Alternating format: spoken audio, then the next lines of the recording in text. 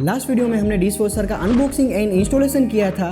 उसके बाद हमने देखा था कि फ्रंट पैनल पर दिए गए वॉश प्रोग्राम को कैसे यूज करना है। तो इस वीडियो के अंदर मैं डिश वॉशर में बर्तन लोड करने से लेके एंड तक की सारी प्रोसेस दिखाने वाला हूँ। आपके सारे क्वेश्चन एंड डाउट्स को भी मैं क्लियर करने वाला हूँ, जैसे कि डिश वॉशर में किस प्रकार के बर्तन धुल सकते हैं, क्या डिश वॉशर के लिए हमें अलग से बर्तन खरीदने पड़ेंगे, डिटर्जेंट, रिनसाइड एंड सोल्ट का इस्तेमाल हमें कैसे करना है और कितनी मात्रा में हमें करना होता है, बर्तन अच्छे से साफ करने के लिए डिश वॉशर कितना समय लेता है, डिश वॉशर कितना पानी एंड एनर्जी कंज्यूम करता है, बर्तन एक बार धुल जाने के बाद क्या हमें उसको हाथों से पोछा लगाना होता है या फिर वो मशीन में से ड्राई होके बाहर निकलते हैं। तो इस सारे सवालों का जवाब आपको मिल जाएगा इस वीडियो में, सो बने रहिए। सबसे पहला सवाल ये था कि डिश वॉशर में किस प्रकार के बर्तन का उपयोग कर सकते हैं। तो मैं बता दूं कि इसमें हम स्टील के बर्तन उपयोग कर सकते हैं, कांच के बर्तन हम उपयोग कर सकते हैं, प्लास्टिक के बर्तन का भी उपयोग हम कर सकते हैं एंड सिरामिक वाले बर्तन भी।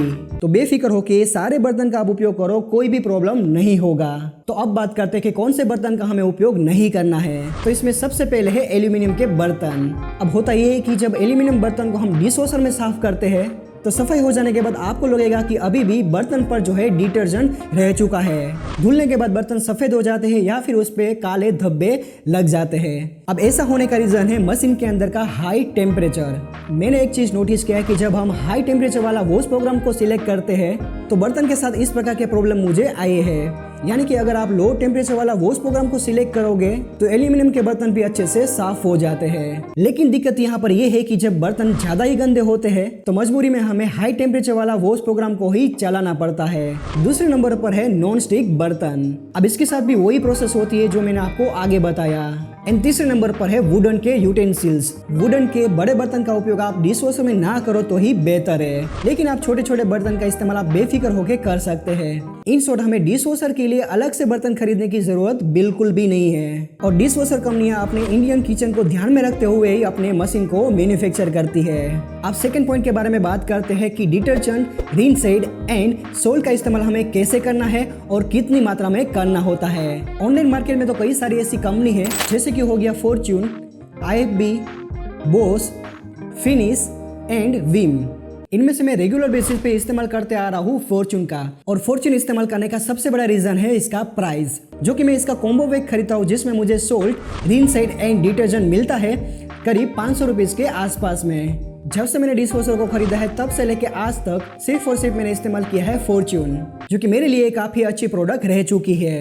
ये वाले पैक के अंदर हमें 1 kilogram detergent, 500 ml rinse aid and 1 kilogram salt मिल जाता है और आई थिंक ये क्वांटिटी 1 महीने के लिए इनफ है। अगेन ये डिपेंड करता है कि आप किस प्रकार से डिश वॉशर का इस्तेमाल करते हैं। वैसे डिश वॉशर को मैं दिन में सिर्फ एक ही बार जो है चलाता हूँ और यहाँ पर मैंने आपको मेरा यूजेस दिखाया है ताकि आपको एक जनरल आइडिया आ सके। बाकी सारी कंपनियों का जो प्राइस है वो फॉर्च्यून से थोड़ा हाई है। अब इसके अंदर एक और ऑप्शन हमें मिलता है जो कि होता है टेबलेट। इन सो टेबलेट के अंदर ये तीनों का कॉम्बिनेशन हमें मिलता है, यानी कि डिटर्जेंट, रिनसाइड एंड सोल्ट। तो जब मशीन में आप टेबलेट इस्तेमाल कर रहे हो तो डिटर्जेंट एंड रिनसाइड का इस्तेमाल आपको नहीं करना है। By the way detergent, rinse aid and salt का इस्तेमाल कैसे करना है मशीन में आइए एक बार दिखा देता हूँ। तो सोल्ट का इस्तेमाल हमें यहाँ पर करना होता है कुछ इस प्रकार से, और मशीन को अगर सोल्ट की जरूरत है तो फ्रंट पैनल में हमें ये LED यहाँ पर दिख जाएगी। इसका मतलब है कि हमें मशीन में सोल्ट को लोड करना है। अब इसी प्रकार से जो रिनसाइड है उसको यहाँ पर हमें लोड कर लेना है एंड उसी प्रकार से अगर मशीन को रिनसाइड की जरूरत होगी तो उसके लिए भी LED हमें यहाँ पर देखने के लिए मिलेगी।